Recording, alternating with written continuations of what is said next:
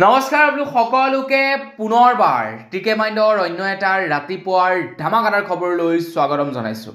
অন্য দিনাৰ দৰে আজিও আপোনালোকৰ বাবে দিনটোৰ কেইবাটাও গুৰুত্বপূৰ্ণ খবৰ লৈ আহিছোঁ। ভিডিঅ'টো প্ৰথমৰ পৰা শেষলৈকে চাই থাকিব। আৰু আজিৰ খবৰকেইটা আৰম্ভ কৰাৰ আগতে আপোনালোক সকলোকে সৰুকৈ এটা ৰিকুৱেষ্ট, যদি খবৰকেইটা চাই ভাল লাগে লাইক এটা কৰি থৈ যাব, আৰু চেনেল যদি এতিয়ালৈকে ছাবস্ক্ৰাইব কৰা নাই তেনে চেনেলটো ছাবস্ক্ৰাইব কৰি ল'ব। আগবাঢ়িছোঁ আজিৰ প্ৰথমটো খবৰৰ ফালে। প্ৰথম খবৰটো ওলাইছে যজ্ঞ কনষ্ট্ৰাকশ্যনৰ ওপৰত। যজ্ঞ কনষ্ট্ৰাকশ্যনে জুবিন দাৰ পূৰ্ণাংগ প্ৰতিমূৰ্তি সাজি উলিয়াইছে। যজ্ঞ কনষ্ট্ৰাকশ্যনে জুবিন দাৰ যিটো পূৰ্ণাংগ প্ৰতিমূৰ্তি নিৰ্মাণ কৰিছে, সেই প্ৰতিমূৰ্তিটো উদ্বোধন কৰাৰ পাছৰে পৰা যজ্ঞ কনষ্ট্ৰাকশ্যন বিতৰ্কৰ মাজত সোমাই পৰিছে। একাংশ লোকে কৈছে যে যজ্ঞ কনষ্ট্ৰাকশ্যনে যিটো জুবিন দাৰ প্ৰতিমূৰ্তি নিৰ্মাণ কৰিছে, সেই প্ৰতিমূৰ্তিটো জুবিন দাৰ সৈতে মিলা নাই। জুবিন দাৰ মুখমণ্ডলৰ সৈতে যজ্ঞ কনষ্ট্ৰাকশ্যনে নিৰ্মাণ কৰা প্ৰতিমূৰ্তিৰ মুখমণ্ডল একেবাৰেই মিলা নাই, যাৰ বাবে নেকি সামাজিক মাধ্যমত এতিয়া যজ্ঞ কনষ্ট্ৰাকশ্যনক ট্ৰল কৰিছে। আৰু একাংশ লোকে দাবী উত্থাপন কৰিছে যে যজ্ঞ কনষ্ট্ৰাকশ্যনে নিৰ্মাণ কৰা সেই প্ৰতিমূৰ্তিটো আঁতৰাই দিব লাগিব, নতুবা যজ্ঞ কনষ্ট্ৰাকশ্যনে ভুলখিনি সংশোধন কৰিব লাগিব। জুবিন দাৰ প্ৰতিমূৰ্তিক বিকৃত কৰাত একাংশ লোকে প্ৰতিবাদ কৰিছে, একাংশ লোকে ভাল পোৱা নাই। ইনফেক্ট আমাৰ অসমৰ কেইবাজনো ইউটিউবাৰেও এই সন্দৰ্ভত ভিডিঅ' প্ৰচাৰ কৰিছে আৰু কৈছে যে যজ্ঞ কনষ্ট্ৰাকশ্যনে এইটো এটা ভুল কাম কৰিছে, জুবিন দাৰ প্ৰতিমূৰ্তিটো বিকৃত কৰি। এতিয়া সেইখিনিতে আকৌ একাংশ লোকে এইটোও কৈছে, যিসকল লোকে নেকি প্ৰকৃততে জুবিন দাৰ সেই প্ৰতিমূৰ্তিটো চাবলৈ গৈছিলে, তেওঁলোকে কৈছে যে যিটো নেকি প্ৰতিমূৰ্তি নিৰ্মাণ কৰিছে যজ্ঞ কনষ্ট্ৰাকশ্যনে, সেই প্ৰতিমূৰ্তিটো 99% মিলিছে জুবিন দাৰ চেহেৰাৰ সৈতে, মাথো চকুৰ অকণমান অংশ নাই মিলা।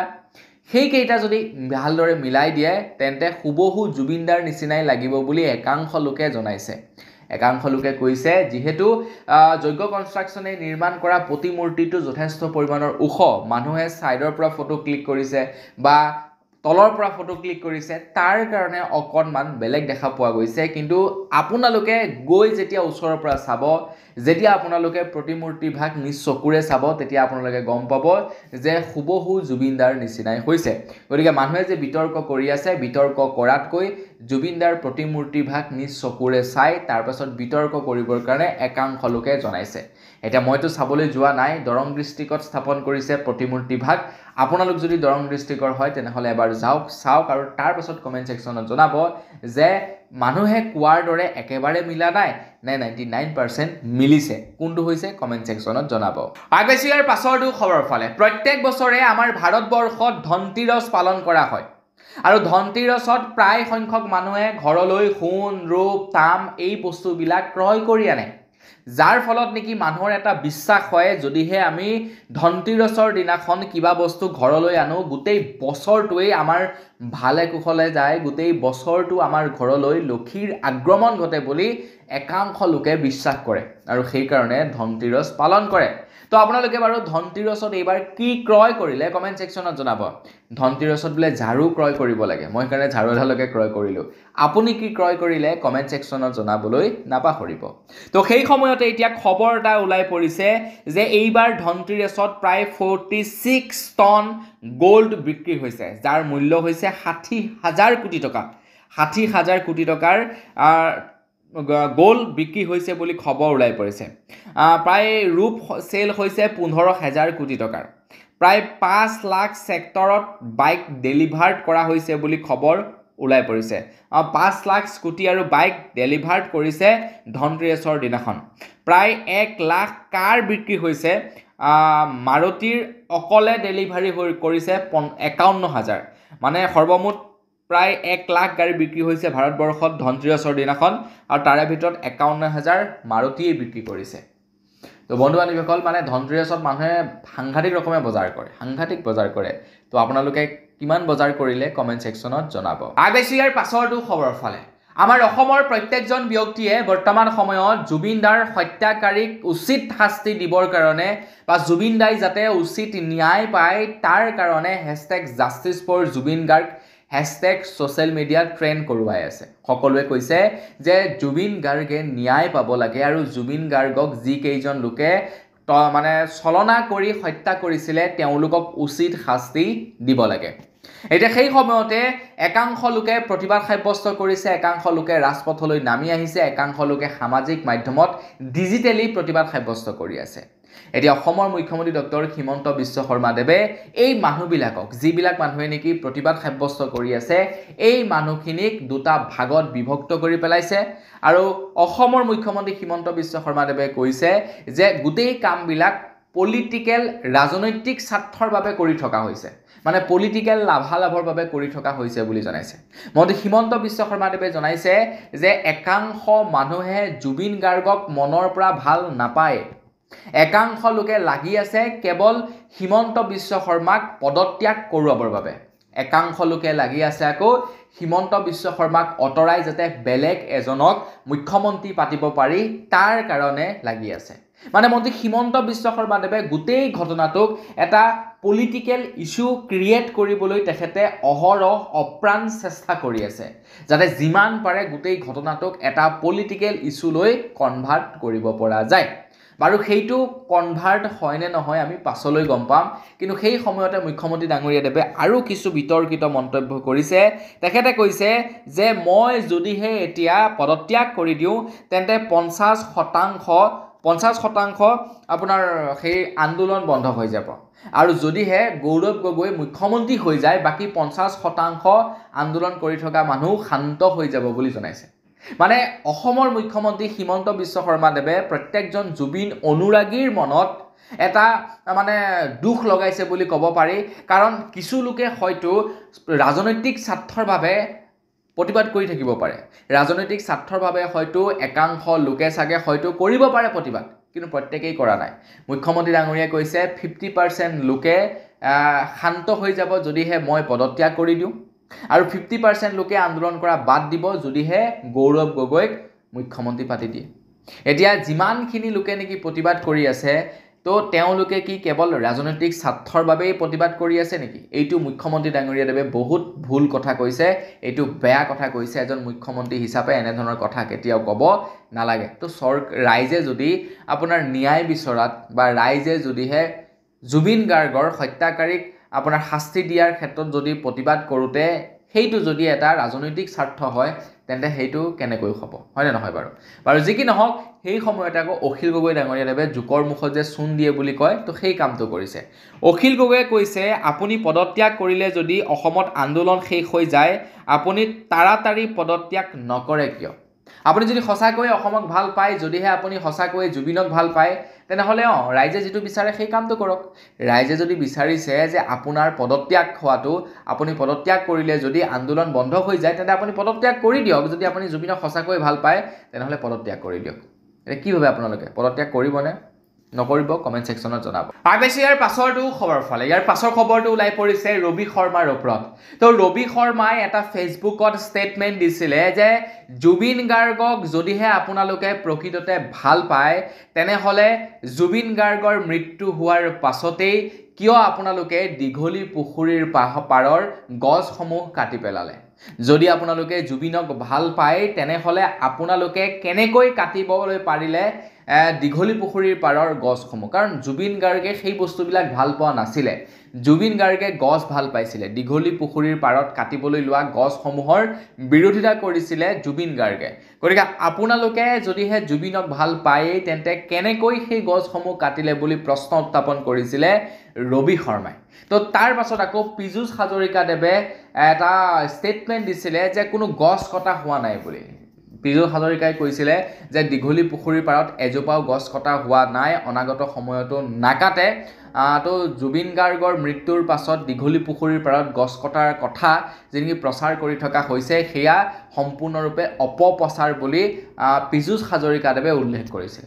তাৰ পাছত আকৌ ৰবি শৰ্মা দেৱে উইথ ভিডিও মানে প্ৰমাণ সহ তেখেতে ফেসবুকত পোষ্ট কৰিছে যে আপুনি চাই লওক এয়া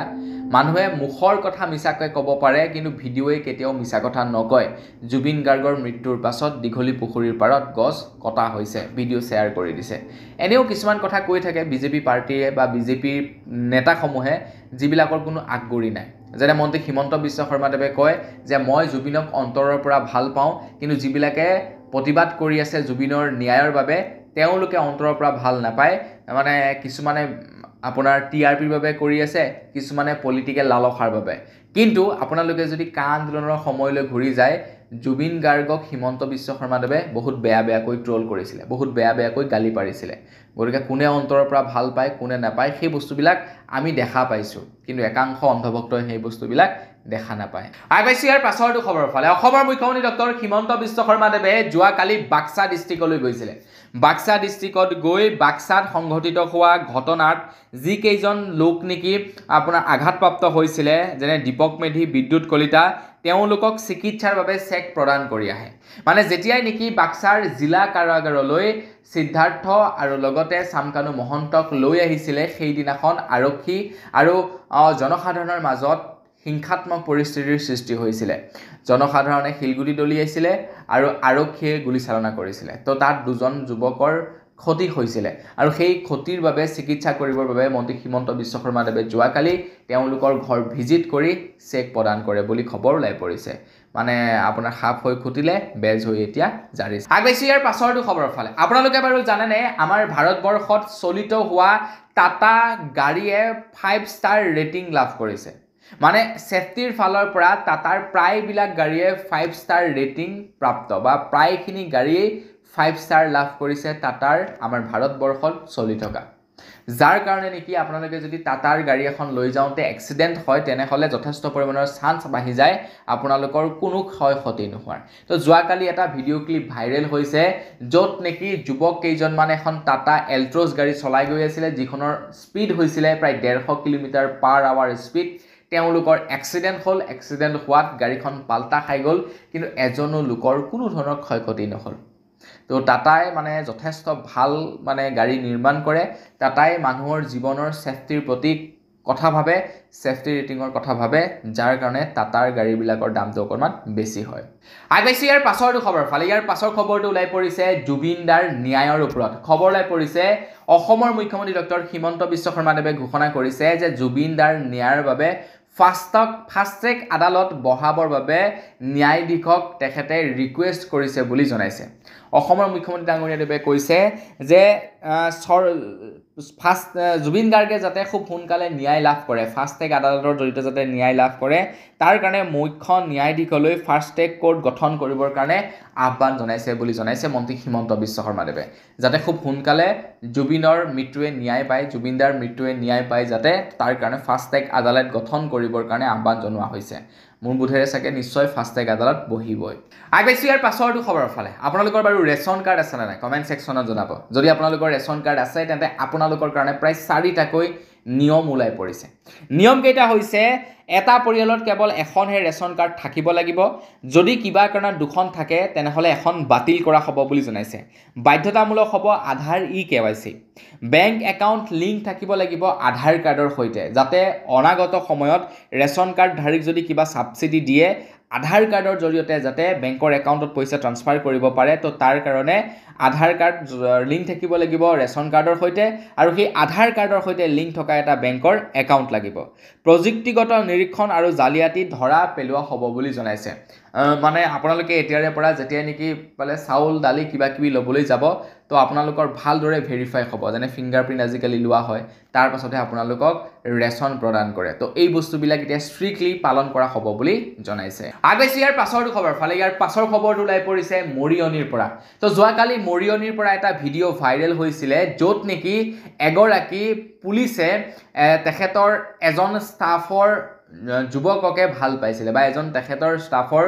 পুলিচৰ সৈতে প্ৰেম লীলা আছিল কিন্তু আটাইতকৈ ডাঙৰ কথাটো হৈ গ'ল সেই যুৱতীগৰাকীৰ অলৰেডি স্বামী আছে স্বামী আৰু সন্তান থকাৰ পাছতো ডিউটিলৈ আহি ডিউটিত এজন অন্য পুলিচক ভাল পায় আৰু পুলিচজনৰ সৈতে নৈশ যাপন কৰি থাকোতে হাতাইলুতে গৈ ধৰা পেলাই তেখেতৰ স্বামীয়ে আৰু তাৰ পাছত গুৰুলকৈ প্ৰহাৰ কৰে স্বামীয়ে মহিলাগৰাকীক আৰু লগতে প্ৰেমিকক তো ভাবকচোন আপোনালোকে আইনৰ ৰক্ষকেই যদি ভক্ষক হয় তেন্তে কেনেকৈ হ'ব মোৰ মতে এনেবিলাক মানুহক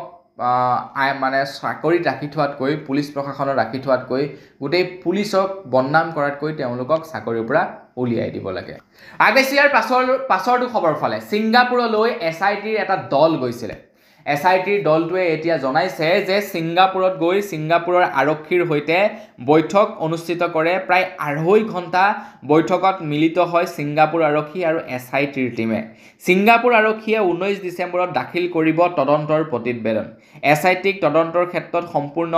সহায় সহযোগিতা আগবঢ়াব বুলি জনাইছে ছিংগাপুৰৰ আৰক্ষীয়ে জুবিন গাৰ্গ থকা পেন পেচিফিক হোটেল আৰু দুৰ্ঘটনা সংঘটিত হোৱা স্থানৰ পৰিদৰ্শন কৰিলে SITৰ দলটোৱে মানে জুবিন গাৰ্গ য'ত আছিলে আৰু তাৰ লগতে আপোনাৰ যিটো স্থানত নেকি দুৰ্ঘটনা হৈছিলে এই দুয়োটা স্থান পৰ্যবেক্ষণ কৰে SITৰ টিমে এতিয়া ছিংগাপুৰৰ আৰক্ষীয়ে সম্পূৰ্ণ সহায় সহযোগ কৰিব বুলি কৈছে SITৰ টিমক আশা কৰোঁ সোনকালে যাতে ফাষ্ট ট্ৰেক কোৰ্টৰ জৰিয়তে দুখীয়ে শাস্তি পায় আইবিচিৰ পাছৰটো খবৰলৈ পৰিছে দুদিনীয়া কাৰ্যসূচীৰে অসমলৈ আহিব বিত্ত মন্ত্ৰী নিৰ্মলা সীতাৰামন ডাঙৰীয়ানী খবৰ লোৱা অনুসৰি 7 নৱেম্বৰত গুৱাহাটীত কেন্দ্ৰীয় বিত্ত মন্ত্ৰীগৰাকীৰ একাধিক কাৰ্যসূচী আছে 8 নৱেম্বৰত গহপুৰৰ শ্বহীদ কনকলতা বৰুৱা বিশ্ববিদ্যালয়ৰ আধাৰশিলা স্থাপন কৰিব মন্ত্ৰীগৰাকীয়ে মানে কেইবাটাও কামৰ বাবে তেখেতে অসমলৈ আহিব প্ৰথমটো হৈ গ'ল 8 তাৰিখৰ দিনাখন শ্বহীদ কনকলতা বৰুৱাৰ বিশ্ববিদ্যালয় আধাৰশিলা স্থাপন কৰিব তাৰ লগতে 8 তাৰিখৰ দিনাখন তেখেতৰ কিছু কাম আছে গুৱাহাটীত তো সেই কামবিলাক তেখেতে নিপটাব গতিকে কেইবাটাও কামৰ কাৰণে তেখেতে অসমলৈ আহিব আইবিচি ইয়াৰ পাছৰটো খবৰ ফালে ইয়াৰ পাছৰ খবৰটো ওলাই পৰিছে মধ্যপ্ৰদেশৰ পৰা মধ্যপ্ৰদেশত বৰ আচৰিত এটা খবৰ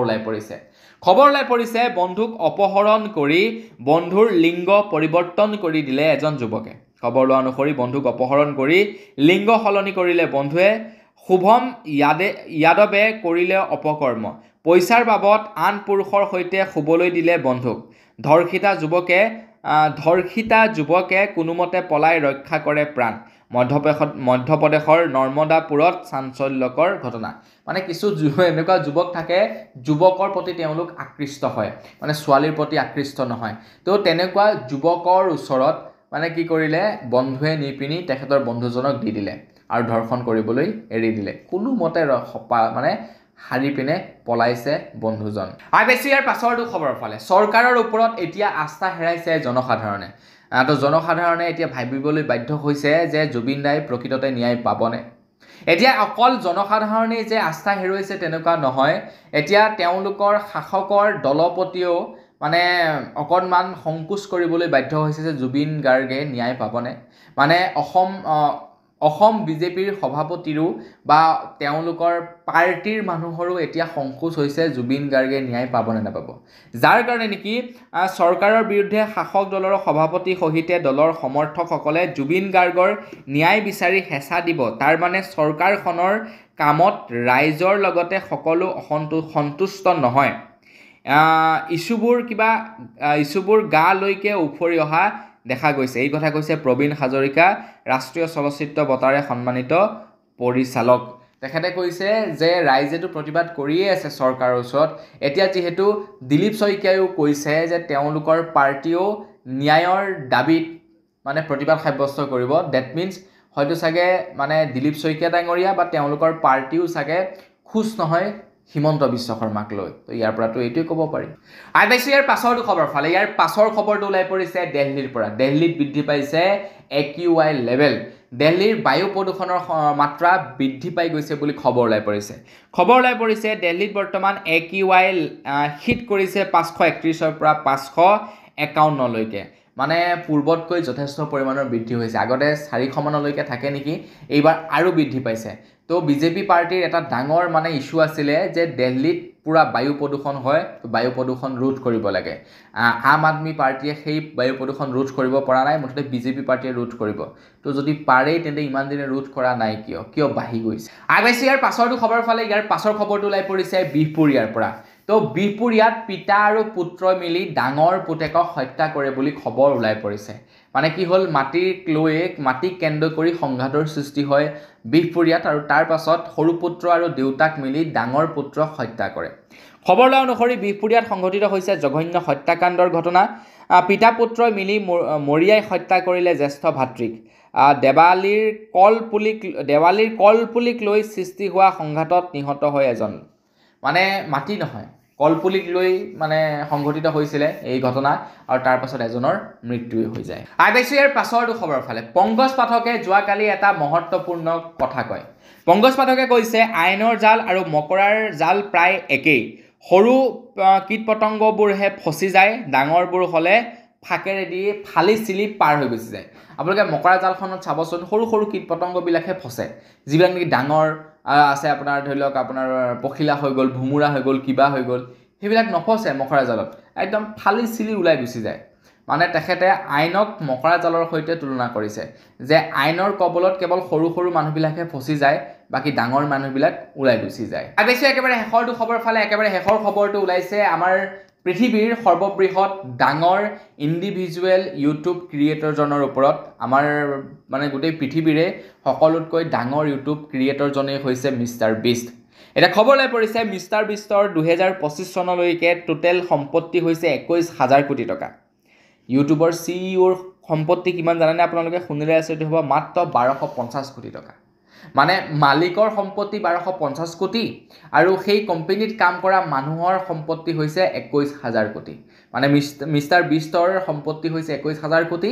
আৰু আনফালে CEOৰ মানে সেই কোম্পানীটোৰ CEOৰ সম্পত্তি হৈছে 1250 কোটি। বৰ সাংঘাতিককৈ কাম কৰিলে কিন্তু মিষ্টাৰ বিষ্টে। তো বন্ধু বান্ধৱীসকল, বছ আজি ভিডিঅ' জনাবলৈ খবৰ ইমানকেইটাই। খবৰকেইটা জানি কেনে পালে কমেণ্ট ছেকশ্যনত জনাব। যদি ভাল লাগিলে লাইক এটা কৰিব, চেনেলটো ছাবস্ক্ৰাইব কৰা নাই ছাবস্ক্ৰাইবটো কৰি ল'ব। পুনৰ আমি লগ কৰাৰ সদায় ভিডিঅ' মাগিছোঁ। ধন্যবাদ। জয় অসম।